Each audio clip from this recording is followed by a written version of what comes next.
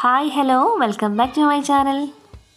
ഇന്ന് ഞാൻ വന്നിട്ടുള്ള ചെറുപഴം കൊണ്ട് വളരെ സിമ്പിൾ തയ്യാറാക്കിയെടുക്കുന്ന 4 മണി പലഹാരത്തിൻ്റെ റെസിപ്പി ആയിട്ടാണ്. ഇനി സ്നാക്സിന് വേണ്ടി 4 ചെറുപഴം എടുത്തിട്ടുണ്ട്. ഒരു മിക്സിയിൽ ജാറിലേക്ക് ഇട്ട് കൊടുക്കാം. ഇനി ഇതിലേക്ക് ആവശ്യത്തിനുള്ള പഞ്ചസാര ചേർത്ത് കൊടുക്കാം. ഞാനിവിടെ 2 ടേബിൾ സ്പൂൺ പഞ്ചസാര ചേർത്ത് കൊടുക്കുന്നത്. പിന്നെ 1/4 ടീസ്പൂൺ ഏലക്കപ്പൊടി കൂടി ചേർത്ത് കൊടുക്കുന്നുണ്ട്. പിന്നെ ഇതിലേക്ക് മധുരം ബാലൻസ് ചെയ്യാൻ വേണ്ടിയിട്ട് ഒരു പിഞ്ച് ഉപ്പ് ചേർത്ത് കൊടുക്കാം. ഇനി ഇതിലേക്ക് പാലും കൂടി ചേർത്ത് കൊടുക്കാം. ഒരു 1/4 കപ്പിൻ്റെ പകുതിയോളം മതി കേട്ടോ.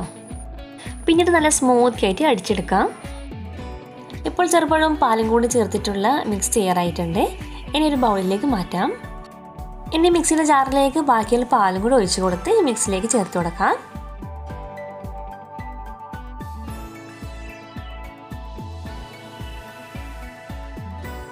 ഇനി മിക്സ് ഒഴിച്ചതിന് ശേഷം ഇതിലേക്ക് ഒരു പിഞ്ച് അപ്പക്കാരം കൂടി ചേർത്ത് കൊടുക്കാം. ഇനി ഈ മാവ് നല്ലപോലെ ടൈറ്റ് കിട്ടാൻ വേണ്ടിയിട്ട് ഇതിലേക്ക് 2 ടേബിൾ സ്പൂൺ മൈദയും കൂടി ചേർത്ത് കൊടുത്ത് നന്നായിട്ടത് മിക്സ് ചെയ്തെടുക്കാം.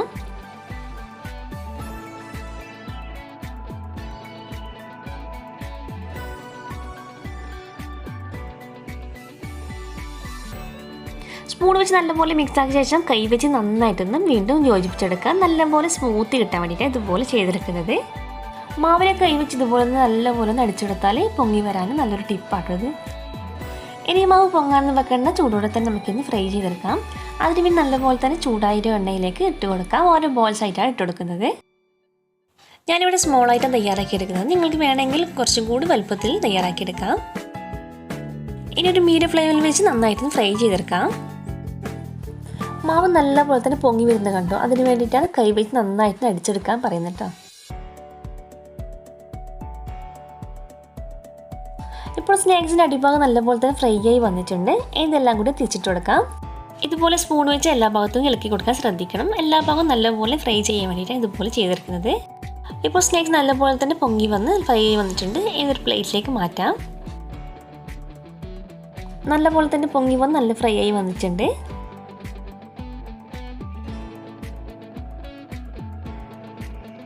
ഇനി ബാക്കിയുള്ള മാവ് കൂടി നന്നായിട്ട് ഫ്രൈ ചെയ്തെടുക്കാം.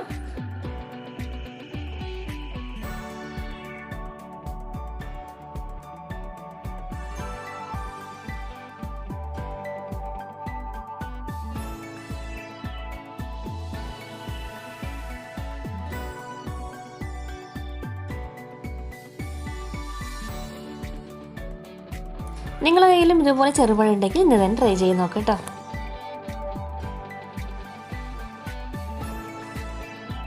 ഇനി ഈ സ്നാക്സിന് ഉള്ളിലൊക്കെ ഒന്ന് കാണിച്ചു തരാം കേട്ടോ. നല്ലപോലെ തന്നെ വെന്ത് വന്നിട്ടുണ്ട്. നല്ല സ്വീറ്റും നല്ല വളരെ എളുപ്പം തയ്യാറാക്കിയെടുക്കുന്ന നല്ല കിടിലൻ സ്നാക്സാണിത്. എല്ലാവരും ഇന്ന് തന്നെ ട്രൈ ചെയ്ത് നോക്കാം കേട്ടോ. ഇൻഷാ അല്ലാഹ് പുതിയ വീഡിയോസുമായി വീണ്ടും കാണാം. Thank you for watching.